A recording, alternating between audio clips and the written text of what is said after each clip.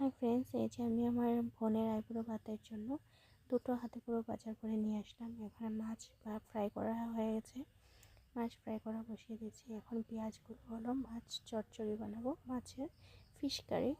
আর এই যে ফিশ কারির জন্য আমি পেঁয়াজকে ভাজা ভাজা করছি, মশলাকে কষাচ্ছি, তারপর ঝোল দেব।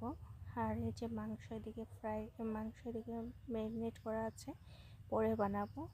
আর এই যে আমার মাছ চচ্চড়া হয়ে গেছে। আর এখানে একটা ক্লিপ দিলাম, এই যে আমরা কাঁকড়াও নিয়েছিলাম, কাঁকড়াটা বানানো হয়নি, নিয়েছিলাম। আর এই যে আমি বানাচ্ছি আম পোড়া মোরগ, স্পেশাল ডিশ আজকে বোনের আইবুড়ো ভাতের জন্য। আর এই যে আম, রসুন, সাথে লঙ্কা, কাঁচা লঙ্কা পোড়া হয়েছে, আর দেওয়া হবে আদা। তো আদাটাকে আমরা পুড়বো না, শুধু করে দেবো। আর এই যে মাংস ম্যারিনেট করে রাখা হয়েছিল।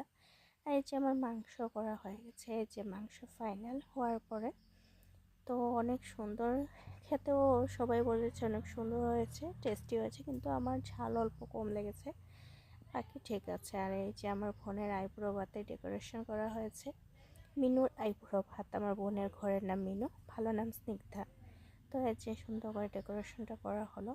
আর এই যে এখন আমার বোনের জন্য রেডি করা হচ্ছে, সুন্দর করে সব কিছু দিয়ে সাজানো হয়েছে ওর জন্য, ও খাবে বলে। তো সবাই ওকে উইশ করবে, ও যেন নিজের নতুন জীবনে পা দিতে চলছে, নতুন পথে হাঁটতে চলছে, ও যেন সুখী হয়, ভালো থাকে।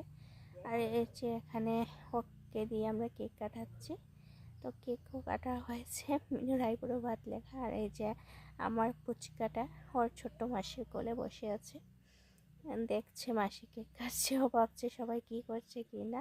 আর এই যে দুটো ফটো দিলাম, এই যে ফটোগুলো খালি রেডি করা ফটো, কিরম লাগলো বলবে। এই যে হলো মিনুর আইবুড়ো ভাত কেক, আর লাস্টে ওর একটা সুন্দর পিক দিলাম, সবাই বলবে কেমন হয়েছে। Thank you.